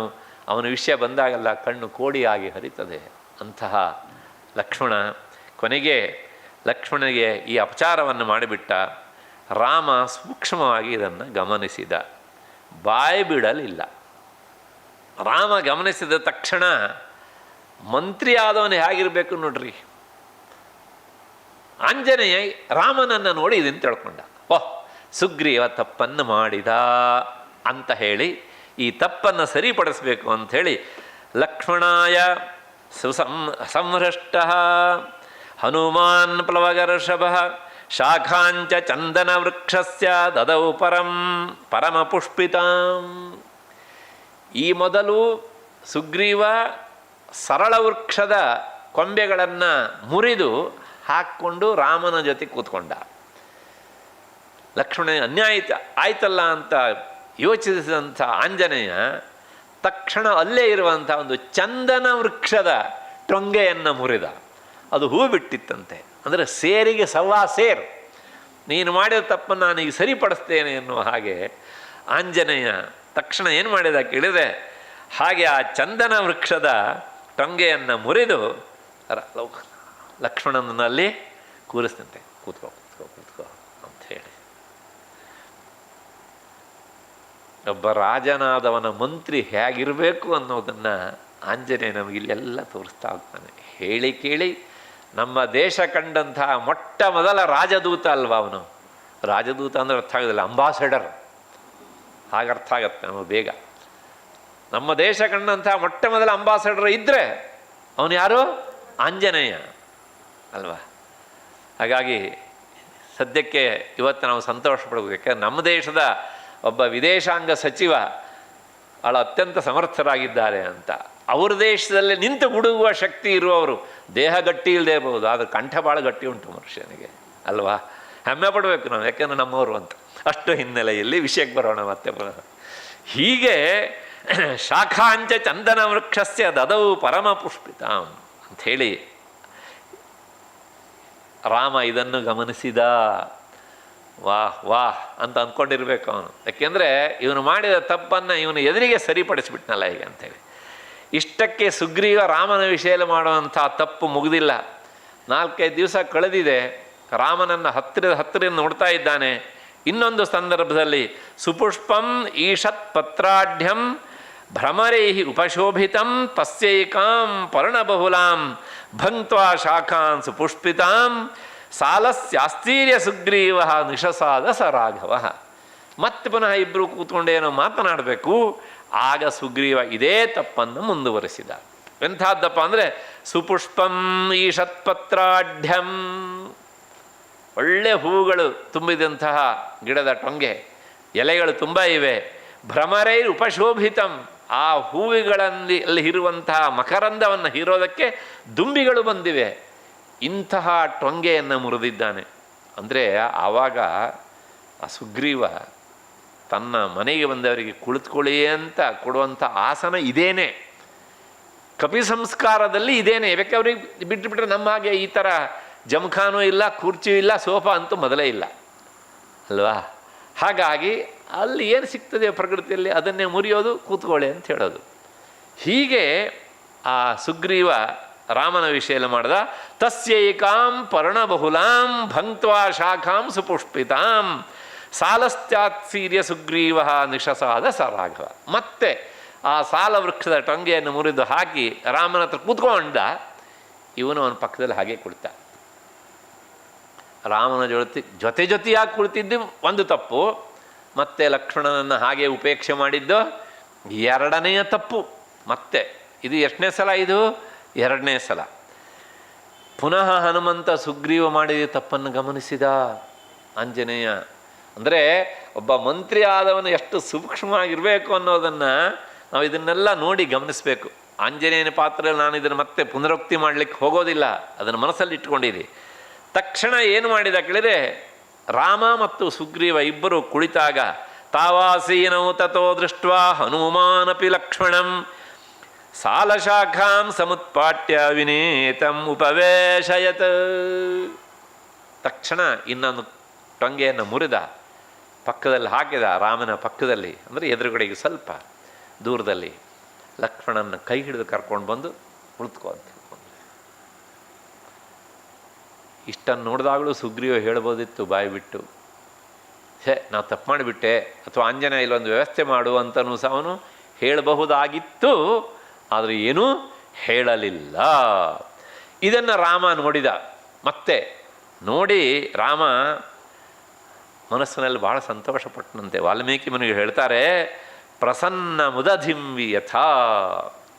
ರಾಮನ ಮುಖವನ್ನು ಆಂಜನೇಯ ನೋಡಿದ್ದಾನೆ. ಈ ಪ್ರಸಂಗದಲ್ಲಿ ಆಂಜನೇಯ ನಡ್ಕೊಂಡಿದ್ದನ್ನು ನೋಡಿದಾಗ ರಾಮನ ಮನಸ್ಸು ಹೇಗಿತ್ತು ಅಂದರೆ ಪ್ರಸನ್ನವಾದಂಥ ಸಮುದ್ರದಂತೆ ಇತ್ತಂತೆ. ವಾಹ್, ಭಾಳ ಸಂತೋಷ. ಇರಬೇಕು ಇಂಥವನು ಮಂತ್ರಿ ಆಗಿದ್ದ. ಪ್ರಥಮ ದರ್ಶನದಲ್ಲೇ ಆಗಿತ್ತು, ಆದರೆ ರಾಜಕೀಯ ಚತುರತೆ ಹೀಗೆ ಇಷ್ಟೆಲ್ಲ ಇದೆ ಅಂತ ಅವನಿಗೆ ಗೊತ್ತಾಗಿರಲಿಲ್ಲ. ರಾಮನ ಹೃದಯವನ್ನು ಗೆದ್ದ ಆಂಜನೇಯ. ಅಷ್ಟೇ ಅಲ್ಲ, ಸಂತೃಪ್ತನಾದ ಆಂಜನೇಯ ರಾಮನ ಹೃದಯನ ಗೆದ್ದಿದ್ದ, ರಾಮನಿಗೆ ಇಷ್ಟನಾದ. ಸುಗ್ರೀವನ ತಪ್ಪಿಗೆ ಏನು ಮಾಡಬೇಕು ಮುಂದೆ, ಇದಕ್ಕೆಲ್ಲ ಒಂದು ಪಾಠ ಕಲಿಸಲೇಬೇಕು ಅಂತ ತೀರ್ಮಾನ ಮಾಡಿದ ರಾಮ. ಮಾತನಾಡಲಿಲ್ಲ ಮನಸ್ಸಲ್ಲೇ. ಯಾಕೆಂದರೆ 2 ಸಲ ತಪ್ಪನ್ನು ಮಾಡಿಬಿಟ್ಟ. ಯಾರ ವಿಷಯದಲ್ಲಿ? ರಾಮನ ವಿಷಯಲ್ಲೂ ಮಾಡಿದ, ಲಕ್ಷ್ಮಣ ವಿಷಯಲ್ಲೂ ಮಾಡಿದ. ಎರಡು ಲೆಕ್ಕ ಆಗಿರೋ ಒಟ್ಟು ಎಷ್ಟು ತಪ್ಪು ಮಾಡ್ದ? 4 ತಪ್ಪು ಮಾಡ್ದ. ಹಾಗಾಗಿ ಇವನು ಮಾಡಿದ 4 ತಪ್ಪಿಗೆ 1 ಸಲನಾದರೂ ಇವನಿಗೆ ಪಾಠ ಕಲಿಸ್ಬೇಕು ಅಂತ ಮನಸ್ಸಿನಲ್ಲಿ ಯೋಚಿಸಿರಬೇಕು. ಯಾಕೆಂದರೆ ಮುಂದಿನ ಪ್ರಸಂಗವನ್ನು ನೋಡಿದಾಗ ನಮಗೆ ಹಾಗೆ ಅನಿಸುತ್ತೆ. ಕೊನೆಗೆ ಅಲ್ಲಿ ಸಂದರ್ಭ ಏನು ಅಂತಂದರೆ, ಪ್ರಶ್ನೆ ಇಷ್ಟೇ ಹೇಳಿಬಿಡ್ತೇನೆ. ಅಗ್ನಿ ಸಾಕ್ಷಿಯಾಗಿ ಆತ ರಾಮನ ಜೊತೆಗೆ ಸ್ನೇಹವನ್ನು ಮಾಡ್ಕೊಳ್ಳೋದಕ್ಕೆ ಮುಂದಾಗ್ತಾನೆ.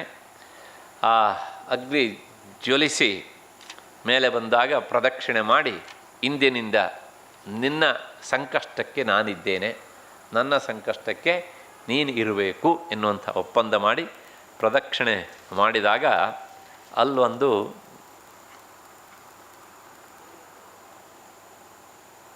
ವಿಚಿತ್ರವಾದ ಪ್ರಸಂಗ ಆಯಿತು ಅಂತಾರೆ ವಾಲ್ಮೀಕಿ ಮುನಿಗಳು. ಅವರಿಬ್ಬರಲ್ಲಿ ಅಗ್ನಿ ಸಾಕ್ಷ್ಯ ಅಂತ ಗೆಳೆತನವಾದಾಗ ನೋಡಿ, ಸೀತಾ ಕಪೇಂದ್ರ ಕ್ಷಣದಾಚರಾಣ ರಾಜೀವ ಹೇಮಜ್ವಲನೆ ಜ್ವಲನೋಪಮಾನಿ ಸುಗ್ರೀವ ರಾಮ ಪ್ರಣಯ ಪ್ರಸಂಗೇ ವಾಮಾನಿ ನೇತ್ರಾಣಿ ಸಮಂ ಸ್ಫುರಂತಿ. ರಾಮ ಸುಗ್ರೀವರು ಅಗ್ನಿಸಾಕ್ಷಿಯಾಗಿ ತಮ್ಮ ಗೆಳೆತನದ ಬಾಂಧವ್ಯವನ್ನು ಬೆಸೆದಾಗ ಆಗ ಅಲ್ಲಿ ಏನಾಯಿತು ಅಂದರೆ, ಒಂದು ಪ್ರಕೃತಿಯಲ್ಲಿ ಅಷ್ಟೇ ಅಲ್ಲ, ಹೊರಗಡೆಗೆ ಕಣ್ಣುಗಳು, ಕೆಲವು ಜನರ ಕಣ್ಣುಗಳು ಅದುರಿದೆವಂತೆ. ಏನು ಅದುರಿದ್ವು ಅಂದರೆ, ಸೀತಾ ಕಪೇಂದ್ರ ಕ್ಷಣದಾಚರಾಣ, ಸೀತೆಯ ಕಣ್ಣು ಅದುರಿತು. ಎಂಥ ಕಣ್ಣು ಅಂತಂದರೆ, ಅದು ರಾಜೀವ ಕಮಲದಂತೆ ಇರುವಂಥ ಸೀತೆಯ ಎಡಗಣ್ಣು ಅದುರಿತು. ಎಲ್ಲಿ? ಲಂಕೆಯಲ್ಲಿ. ಆಮೇಲೆ ಮುಂದೇನಾಯಿತು? ಕಪೀಂದ್ರ, ಈ ಕಡೆ ವಾಲಿಯ ಎಡಗಣ್ಣು ಹೇಗಿತ್ತು ಅಂದರೆ ಒಳ್ಳೆ ಬಂಗಾರದಂತೆ ಹೊಂಬಣ್ಣದಲ್ಲಿ ಇತ್ತು. ಅದು ಕೋತಿಗಳ ಕಣ್ಣನ್ನು ನೋಡಿ ಗೊತ್ತಾಗುತ್ತೆ ನಮಗೆ. ಹಾಗೆ ಅವನ ಎಡಗಣ್ಣು ಅದುರಿತು. ಆ ಕಡೆ ಲಂಕೆಯಲ್ಲಿ ಏನಾಯಿತು ಕೇಳಿದರೆ, ರಾವಣನ ಅಗ್ನಿಯ ಉಂಡೆಯಂತಿರುವಂಥ ಎಡಗಣ್ಣು ಅದುರಿತು.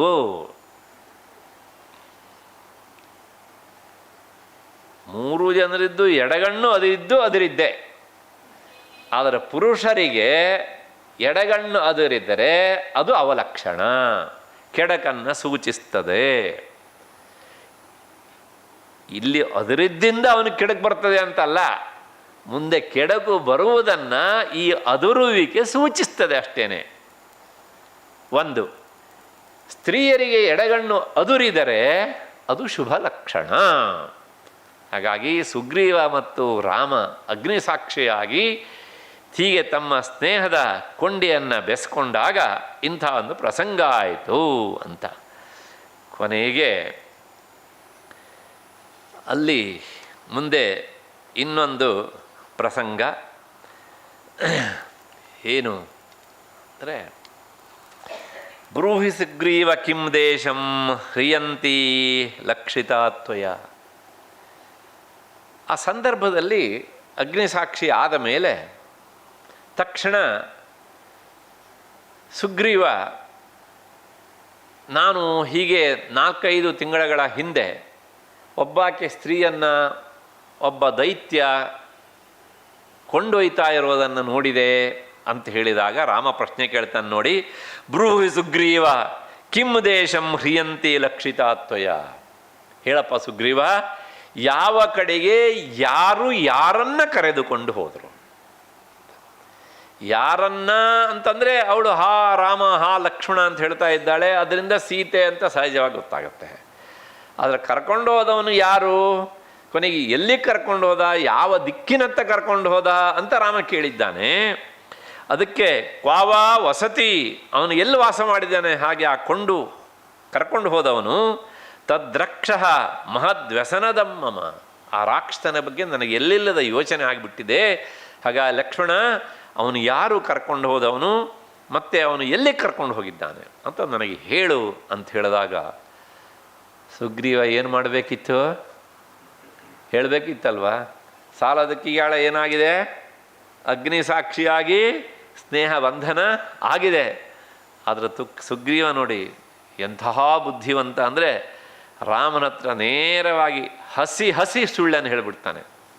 ರಾಮಾಯಣದಲ್ಲಿ ಇದ್ದಿದ್ದನ್ನು ಹೇಳ್ತೇನೆ ನೋಡಿ. ನ ಜಾನೇ ನಿಲಯಂ ತಸ್ಯ, ಆ ಕರ್ಕೊಂಡು ಹೋದ್ನಲ್ಲ ಅವನ ವಾಸಸ್ಥಾನ ಎಲ್ಲಿ ಅಂತ ನನಗೆ ಗೊತ್ತಿಲ್ಲಪ್ಪ. ಮತ್ತು ಸರ್ವಥಾ ಪಾಪ ರಾಕ್ಷಸ, ಆದರೆ ಅವನೊಬ್ಬ ರಾಕ್ಷಸ ಅಂತ ಅಷ್ಟು ನನಗೆ ಗೊತ್ತು.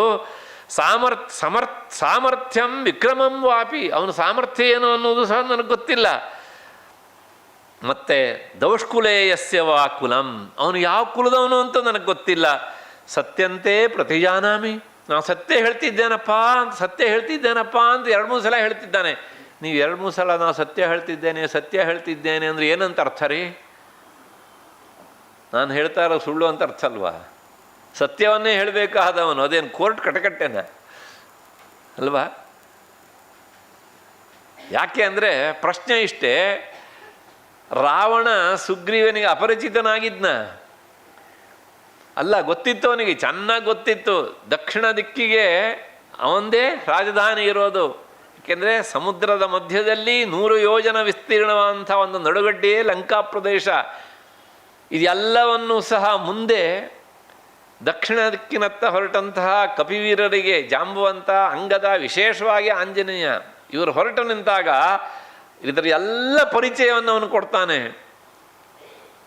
ರಾಮ ಆವಾಗ ಮುಸಿ ನಕ್ಕಿರಬೇಕು. ಅವತ್ತು ಈ ಮಾತನ್ನು ಹೇಳಿದಿಲ್ಲ, ಯಾರು ಕೊಂಡೊಯ್ದಿದ್ದಾನೆ ಗೊತ್ತಿಲ್ಲ ಅಂತ. ಇವತ್ತು ಲಂಕೆಯ ಬಗ್ಗೆ ಇಷ್ಟೆಲ್ಲ ಪರಿಚಯ ನೀಡ್ತಿದ್ದೆ, ಸಾಲದಕ್ಕೆ ಹೇಳ್ತಿದ್ದಾನೆ. ಸರ್ವಾತ್ಮನ ಪರಿಶೋಧನೀಯ ಸೀತಾ ಅಂತಾನೆ ಅಲ್ಲಿ ನೀವು ವಿಶೇಷ ಗಮನ ಹರಿಸಿ ಸೀತೆಯನ್ನು ಹುಡುಕಬೇಕು.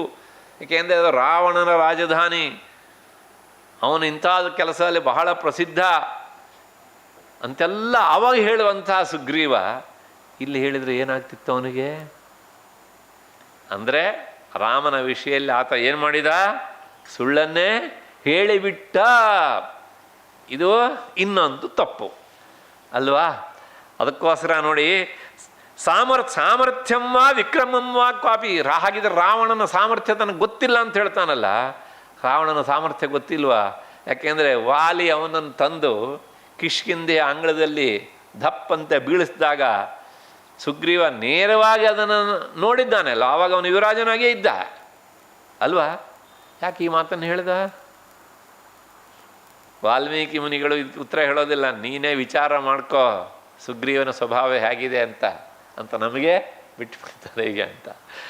ಹೀಗೆ ವಿಕ್ರಮಂ ವಾಪಿ, ಮತ್ತು ದೌಷ್ಕುಲೇ ಯಸ್ಯ ವಾ ಕುಲಂ, ಅವನು ಯಾವುದೋ ದುಷ್ಟಕುಲ ಯಾವನು ಅಂತ ನೇರವಾಗಿ ಹೇಳೋದಕ್ಕಾಗೋದಿಲ್ಲ ಅಂತ ಹೇಳ್ತಾನೆ.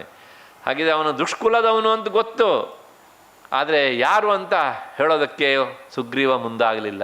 ಯಾಕೆ ಮುಂದಾಗಲಿಲ್ಲ ಅಂದರೆ ವ್ಯಾಖ್ಯಾನಕಾರರು ಬರೀತಾರೆ ಏನು ಅಂದರೆ, ಅಕಸ್ಮಾತ್ತಾಗಿ ದಕ್ಷಿಣ ದಿಕ್ಕಿಗೆ ರಾವಣನ ರಾಜಧಾನಿ ಇದ್ದು ರಾವಣನೇ ಸೀತೆಯನ್ನು ಕದ್ದೊಯ್ದಿದ್ದಾನೆ ಅಂತ ಹೇಳಿಬಿಟ್ರೆ, ರಾಮ ತನ್ನ ಕೆಲಸವನ್ನು ಮುಂದೂಡಿ ತಕ್ಷಣವೇ ಅಲ್ಲಿಗೆ ಹೊರಟು ಬಿಟ್ರೆ ತನ್ನ ಕೆಲಸ ಏನಾಗುತ್ತೆ? ಅದು ವ್ಯರ್ಥವಾಗಿ ಹೋಗ್ಬಿಡುತ್ತದೆ. ರಾಮನ ಜೊತೆಗೆ ಬೆಳೆಸದಂಥ ಸ್ನೇಹ ಕೈಗೂಡುವುದಿಲ್ಲ ಅಂತ ತೀರ್ಮಾನ ಮಾಡಿದ ಅವನು. ಅಂದರೆ ಒಬ್ಬ ರಾಜಕೀಯ ನಿಪುಣನಾಗಿ ಪ್ರತಿ ಹಂತದಲ್ಲೂ ವಿಚಾರ ಮಾಡಿದ ಸುಗ್ರೀವ. ಇನ್ನೂ ರಾಮನ ಪರತತ್ವವನ್ನು ಒಪ್ಪಿಕೊಳ್ಳುವಂಥ ಮನಸ್ಥಿತಿಗೆ ಅವನು ಬಂದಿಲ್ಲ. ಅಷ್ಟೇ ಅಲ್ಲ, ಇನ್ನೊಂದೇನು ಕೇಳಿದರೆ, ನನ್ನ ಅಣ್ಣನನ್ನು ಸಾಯಿಸುವುದನ್ನು ಅಥವಾ ಅಣ್ಣನನ್ನು ನಿಗ್ರಹಿಸಿ ನನ್ನ ಹೆಂಡತಿಯನ್ನು ನನಗೆ ಕೊಡಿಸೋ ವಿಷಯದಲ್ಲಿ ರಾಮ ವಿಳಂಬ ಮಾಡಿಬಿಟ್ರೆ ತನ್ನ ಕೆಲಸದಲ್ಲಿ ತೊಡಗಿ, ಅದಕ್ಕೋಸ್ಕರ ರಾವಣನ ವಿಷಯವನ್ನೇ ಹೇಳದೇ ಇದ್ದರೆ ರಾಮ ಹೋಗೋದು ಎಲ್ಲಿಗ್ರಿ? ನೋಡಿದ್ರೆ ಹೇಗಿದೆ ಪ್ಲ್ಯಾನು ಸುಗ್ರೀವಂತ. ಅದಕ್ಕೋಸ್ಕರ ಹೇಳಿದೆ, ಒಬ್ಬ ರಾಜಕೀಯ ಮುತ್ಸದ್ದಿ, ಅಸಾಧ್ಯತನದಿಂದ ಕೂಡಿದಂಥ ಮುತ್ಸದ್ದಿ ಆತ. ಹೀಗೆ ಇಲ್ಲೊಂದು ತಪ್ಪನ್ನು ಮಾಡಿದ.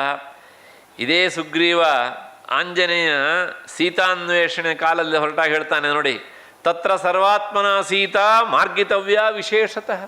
ಸೀತೆಯನ್ನು ವಿಶೇಷವಾಗಿ ಹುಡುಕಬೇಕು ಅಲ್ಲ. ಯಾಕೆ ಅಂದರೆ ಸಹಿ ದೇಶಸ್ತು ವಧ್ಯಸ್ಯ ರಾವಣಸ್ಯ ದುರಾತ್ಮನಃ. ನೋಡಿ ಈಗಲೇ ಬಾಯ್ಬಿಟ್ಟು ಹೇಳ್ತಾನೆ. ಮತ್ತೆ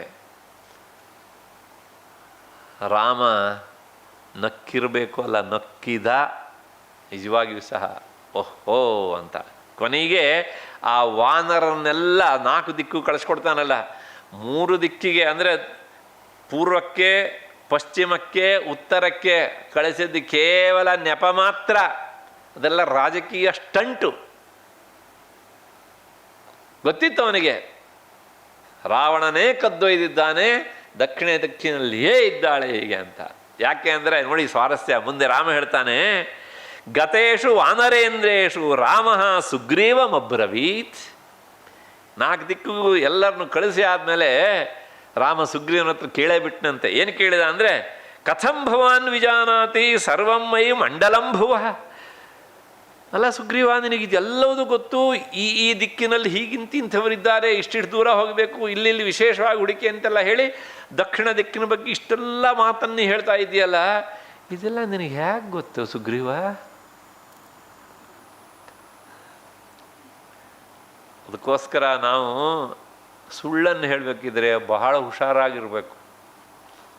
ಯಾಕೆಂದರೆ ಒಂದು ಸುಳ್ಳನ್ನು ಹೇಳಿ ಆದಮೇಲೆ ಆ ಸುಳ್ಳನ್ನು ಮರೆ ಮಾಚೋದಕ್ಕೆ ಇನ್ನೊಂದು ಸುಳ್ಳು, ಆಮೇಲೆ ಆ ಸುಳ್ಳಿನಿಂದ ನಾವು ಬಚಾದಕ್ಕೆ ಇನ್ನೊಂದು ಸುಳ್ಳು. ಕೊನೆಗೆ ಯಾವ ಸುಳ್ಳಿನಿಂದ ಯಾವ ಸುಳ್ಳನ್ನು ನಾವು ಬಚಾವ್ ಮಾಡಬೇಕು ಅಂತ ಗೊತ್ತಾಗದೆ ನಾವು ಸಿಕ್ಕ ಹಾಕ್ಕೊಳ್ತೇವೆ ಸುಗ್ರೀವನ ಹಾಗೆ. ಅದಕ್ಕೋಸ್ಕರ ಹೇಳಿದ್ದೇನೆ, ಸುಗ್ರೀವ ನಮ್ಮ ಮನಸ್ಸಿಗೆ, ನಮ್ಮ ಕಾಲಕ್ಕೆ ತೀರಾ ಹತ್ತಿರದವನು. ಬೇಜಾರು ಮಾಡ್ಕೊಳ್ಬೇಡಿ, ಯಾಕೆಂದರೆ ಎಷ್ಟಂದ್ರೂ ಋಷಿ ಪ್ರಣೀತವಾದಂತಹ ಕಾವ್ಯ ಅಲ್ವಾ. ಅವರು ಸತ್ಯವನ್ನೇ ಹೇಳ್ತಾರೆ ಹೀಗೆ ಅಂತ. ಹಾಗಾಗಿ ಕಥಂ ಭವಾನ್ ವಿಜಾನಾತಿ ಸರ್ವಂ ವೈ ಮಂಡಲಂ ಭುವ. ಇಡೀ ಭೂಮಂಡಲದ ಪರಿಚಯ ನಿನಗೆ ಇಷ್ಟೆಲ್ಲ ಉಂಟಲ್ಲಪ್ಪ, ಹೇಗೆ ಗೊತ್ತು ಇದೆಲ್ಲ ನಿನಗೆ ಅಂತ ಹೇಳಿದಾಗ ಕೊನೆಗೆಲ್ಲ ತನ್ನ ಹಿಂದಿನ ಇತಿಹಾಸವನ್ನೆಲ್ಲ ಹೇಳಿದ. ನನ್ನ ಅಣ್ಣ ನನ್ನನ್ನು ನಡ್ಸ್ಕೊಂಡು ಹೋದದ್ದು, ನಾನು ಪ್ರಾಯಶಃ ಸುತ್ತದೇ ಇರುವ ಜಾಗವೇ ಇಲ್ಲ ಅಷ್ಟು ನಾನು ಓಡಾಡಿದ್ದೇನೆ, ನೋಡಿದ್ದೇನೆ. ಅಲ್ಲಿರುವ ರಾಜರು ಮತ್ತು ಮನೆತನ, ಅವರ ಆಳ್ವಿಕೆ ಎಲ್ಲವೂ ನನಗೆ ಗೊತ್ತು ಅಂತ ಬಡಬಡಾಯಿಸ್ಬಿಟ್ಟ ಆವಾಗ. ಅಂದರೆ ಹಾಗಿದ್ರೆ ಲಂಕೆ ಇವಾಗ ಏನು ಮಾಡ್ಬೇಕು ಸುಗ್ರೀವ? ಲಂಕೆ ಅದೇ ಅಲ್ಲೇ ಇದೆ ಅನ್ನೋದ್ರ ಬಗ್ಗೆ ನನಗಿಲ್ಲ ಶಂಕೆ ಅನ್ನೋ ತರಹ ಸುಗ್ರೀವ ರಾಮನ ಹತ್ರ ಏನಾದ ಇವತ್ತಿನ ಭಾಷೆ ಹೇಳಬೇಕು ಅಂದರೆ ರೆಡ್ ಹ್ಯಾಂಡಾಗಿ ಸಿಕ್ಕಾಕ್ಬಿಟ್ಟ. ಆದರೆ ರಾಮ ಅವನನ್ನು ಕ್ಷಮಿಸಿದ. ಯಾಕೆ? ಅದು ರಾಮನ ಔದಾರ್ಯ ಅಂಥೇಳಿ. ಯಾಕೆ ಇಷ್ಟೆಲ್ಲ ಹೇಳಿದೆ ಅಂದರೆ ಇದೆಲ್ಲದಕ್ಕೂ ರಾಮ ಮಾತನಾಡದೆ ಅವನಿಗೊಂದು ಶಿಕ್ಷೆಯನ್ನು ಕೊಡ್ತಾನೆ. ಎಲ್ಲಿ ಅಂತಂದರೆ ಕೊನೆಗೆ ಆ ವಾಲಿಯನ್ನು ಯುದ್ಧಕ್ಕೆ ಕರಿಬೇಕು. ನನಗೆ ಆ ಗಡಿಯಾರ ಕಾಣ್ತಾ ಇಲ್ಲ, ಹಾಗಾಗಿ ನನ್ನ ಗಡಿಯಾರದ ಪ್ರಕಾರ ಇನ್ನೊಂದು 3 ನಿಮಿಷ ಇದೆ. ಸರಿ ಸರಿ. ಹಾಗಾಗಿ ಏಕೆಂದರೆ ನನ್ನಿಂದಾಗಿ ಪೂಜ್ಯರ ಅನುಷ್ಠಾನಕ್ಕೆ ತೊಂದರೆ ಆಗಬಾರ್ದು ಅನ್ನೋದಷ್ಟೇ, ಇಲ್ಲ ಏನು ಕಾಣೋದಿಲ್ಲ, ಇನ್ನೂ ಈ ಕಡೆ ತಿರ್ಸ್ಬೇಕು. ಅಷ್ಟು ಹಿನ್ನೆಲೆಯಲ್ಲಿ ಕೊನೆಗೆ ಆತ ಏನು ಮಾಡ್ತಾನೆ ಅಂತಂದರೆ ಇದಕ್ಕೆ ರಾಮ ಪನಿಷ್ಮೆಂಟ್ ಕೊಡ್ತಾನೆ, ಅವನಿಗೆ ಶಿಕ್ಷೆಯನ್ನು ಕೊಡ್ತಾನೆ. ಏನು ಪನಿಷ್ಮೆಂಟ್ ಕೊಡ್ತಾನೆ ಅಂತಂದರೆ ಸುಗ್ರೀವ ಇಷ್ಟೆಲ್ಲ ರೀತಿಯಲ್ಲಿ ರಾಮನನ್ನು ಸಂಶಯದಿಂದಲೇ ನೋಡ್ತಾ ಹೋದಾಗ ತನ್ನ ಸಂಶಯವನ್ನು ಪರಿಹಾರ ಮಾಡ್ಕೊಳ್ಬೇಕು. ಅಗ್ನಿ ಸಾಕ್ಷಿಯಾದಂತಹ ಈ ಸ್ನೇಹ ಬಂಧನ ಆದರೂ ಸಹ ಸಂಶಯ ಅಳಿಲಿಲ್ಲ ಅವನಿಗೆ. ಕೊನೆಗೆ ಏನು ಮಾಡ್ತಾನೆ ಅಂತಂದರೆ ನನ್ನ ಅಣ್ಣ ಆ ದುಂದುವಿ ಅನ್ನುವಂತಹ ದೈತ್ಯನನ್ನು ಸಾಯಿಸಿ ಏನು ಮಾಡಿದ ಅಂದರೆ ಅವನ ಆ ದೇಹವನ್ನು ಬಿಸಾಡಿ ಸುಮಾರು 100 ಯೋಜನೆ ಎಸೆದು ಬಿಟ್ಟ ಅಂದ. ಇದೆಲ್ಲ ಹಿಂಗೆ ಹೇಳ್ತೇನೆ ಅಂತ ಬೇಜಾರು ಮಾಡ್ಕೊಳ್ಬೇಡ ರಾಮ, ಯಾಕೆಂದರೆ ಅವನ ಪರಾಕ್ರಮ ನಿನಗೆ ಹೇಳ್ತಾ ಇದ್ದೇನೆ ಅಂತ ಹೇಳ್ತಾ ಇದ್ದಾನೆ ಅಷ್ಟೇ ಹೊರತೂ ಸಹ ನಿನ್ನ ಪರಾಕ್ರಮದ ಬಗ್ಗೆ ನಮ್ಗೆ ಸಂಶಯ ಇದೆ ಅಂತ ಬಾಯಿ ಬಿಡೋದಿಲ್ಲ. ಅದು ಎಲ್ಲುಂಟದು? ಇಲ್ಲಿವರೆಗೆ ಉಂಟು. ಅದು ಇಲ್ಲಿಂದ ಮುಂದೆ ಬರಬೇಕಿದ್ರೆ ನನ್ನ ಅಣ್ಣನ ಪರಾಕ್ರಮ ಹೇಳ್ತಿದ್ದೇನೆ, ನನ್ನ ಅಣ್ಣನ ಜೊತೆಗೆ ಯುದ್ಧ ಮಾಡಬೇಕಲ್ಲ ನೀನು, ಅದಕ್ಕೋಸ್ಕರ ಅವನ ಪರಾಕ್ರಮ ಹೇಳ್ತಿದ್ದೇನೆ. ಅಂದರೆ ನೀನು ಅವನ ಜೊತೆ ಯುದ್ಧ ಮಾಡಬೇಕಿದ್ರೆ ನೀನು ಅವನಕ್ಕಿಂತ ಹೆಚ್ಚು ಬಲಿಷ್ಠನಾಗಬೇಕಲ್ವಾ ಅನ್ನುವ ಹಾಗೆ ಹೀಗೆ ಸ್ವಲ್ಪ ತೇಪೆ ಹಚ್ಚಿ ನಮ್ಮ ಹಾಗೆ ಭಾಳ ನಾಜೂಕಿಂದ ಮಾತಾಡ್ತಾನೆ ಸುಗ್ರೀವ ಅಲ್ಲಿ. ಕೊನೆಗೆ ಹೇಳ್ತಾನಾತ, ರಾಮ ಇದನ್ನು ಕೇಳಿದ ತಕ್ಷಣ ತಡ ಮಾಡಲಿಲ್ಲ. ಒಂದು ಸಲ ರಾಮ ಸುಗ್ರೀವ ನೋಡಿ ಹೀಗೆ ಕಣ್ಣಾಳಿಸಿದಂತೆ, ಏನು ಇಷ್ಟೆಲ್ಲ ಸಂಶಯ ನನ್ನ ಬಗ್ಗೆ ಅಂಥೇಳಿ ಅವನು ಹೇಳದೆ ಇದ್ದು ತಕ್ಷಣ ಹೋಗಿ ತನ್ನ ಎಡಗಾಲ ಅಂಗುಷ್ಠದಿಂದ ಅವನ ಆ ದೇಹ ಅಲ್ಲೇ ಇತ್ತು. ಅದು ಯಾಕೆಂದ್ರೆ ಅವನು ಎಸೆದಿದ್ದು ಎಲ್ಲಿ ಬಂದು ಬಿದ್ದಿತ್ತು? ಮತಂಗಾಶ್ರಮದ ಸನಿಹದಲ್ಲಿ ಬಂದು ಬಿದ್ದಿತ್ತು. ಅದನ್ನು ಝಾಡಿಸಿ ಅದನ್ನು ಸುಮಾರು 10 ಯೋಜನ ಅಷ್ಟು ದೂರ ಬೀಳೋ ಹಾಗೆ ಮಾಡ್ದ. ಇವಾಗಾದರೂ ಸುಗ್ರೀವ ರಾಮನ ಪರಾಕ್ರಮದ ಬಗ್ಗೆ ವಿಶ್ವಾಸ ತಾಳಬಹುದಿತ್ತು. ಆವಾಗ ಇನ್ನೊಂದು ಕೊಂಕನ್ ತೆಗೆದ ಸುಗ್ರೀವ. ಏನು ಹೇಳ್ತಾನೆ ನೋಡಿ, ನನ್ನ ಅಣ್ಣ ಇದನ್ನು ಎಸಿಬೇಕಿದ್ರೆ ಬರೇ ಎಷ್ಟು ಒಂದು 100 ಯೋಜನೆ ಅಷ್ಟೇ ಹೋಯ್ತು. ಯಾಕೆ ಕೇಳಿದರೆ ಆಗ ಈ ದೇಹ ಆಗಷ್ಟೇ ಸಾಯಿಸಿದ್ದ ಅವನನ್ನು. ಯುದ್ಧ ಮಾಡಿ ನನ್ನ ಅಣ್ಣನಿಗೆ ತುಂಬ ಸುಸ್ತಾಗಿತ್ತು. ಈ ದೇಹ ಆರ್ದ್ರ ಹಸಿಯಾಗಿತ್ತು. ಸಮಾಂಸಃ ಪ್ರತ್ಯಗ್ರಹ ಕ್ಷಿಪ್ತ ಕಾಯ ಪುರಾಸಖೇ. ಮತ್ತು ಇದನ್ನು ಆ ತೂಕದ ಶರೀರವನ್ನು ನನ್ನ ಅಣ್ಣ ಎಸೆದ ಮಾಂಸ ಇತ್ತು, ಹಸಿಯಾಗಿತ್ತು. ಅದನ್ನು ಅಷ್ಟೇ ದೂರ ಎಸಬೇಕಾಯ್ತು ಅವನ ಹತ್ರ. ಆವಾಗ ತೂಕ ಇತ್ತು ತುಂಬ, ಯಾಕೆ ರಕ್ತ ಮಾಂಸ ಮಜ್ಜೆ ಮೇದೋಸಿ ಎಲ್ಲ ತುಂಬಿಕೊಂಡಿತ್ತು ಅದ್ರಿಗೆ. ಈಗ ತುಂಬ ಕಾಲ ಕಳೆದು ಹೋಗಿದೆ. ಅದು ಇವಾಗ ಕೇವಲ ಏನಾಗಿದೆ? ಅಸ್ಥಿ ಪಂಜರ, ಸ್ಕೆಲೆಟನ್. ಆಗ ತುಂಬ ಹಗುರಾಗಿ ಬಿಟ್ಟಿದೆ ಅದು. ಹೇಳ್ತಾನೆ ನೋಡಿ, ಲಘು ಸಂಪ್ರತಿ. ಈಗ ಅದೇನಾಗಿದೆ? ತುಂಬ ಹಗುರಾಗಿದೆ. ನಿರ್ಮಾಂಸ, ಮಾಂಸವೇ ಇಲ್ಲ ಅದರೊಳಗೆ. ತೃಣಭೂತಶ್ಚ ರಾಘವ. ಅಯ್ಯ, ಅವತ್ತಿಗೂ ಇವತ್ತಿಗೂ ಹೋಲಿಸಿದರೆ ಇವತ್ತು ಇದೊಂದು ಹುಲ್ಕಡ್ಡಿ ಅಷ್ಟು ತೂಕದಲ್ಲಿದೆ.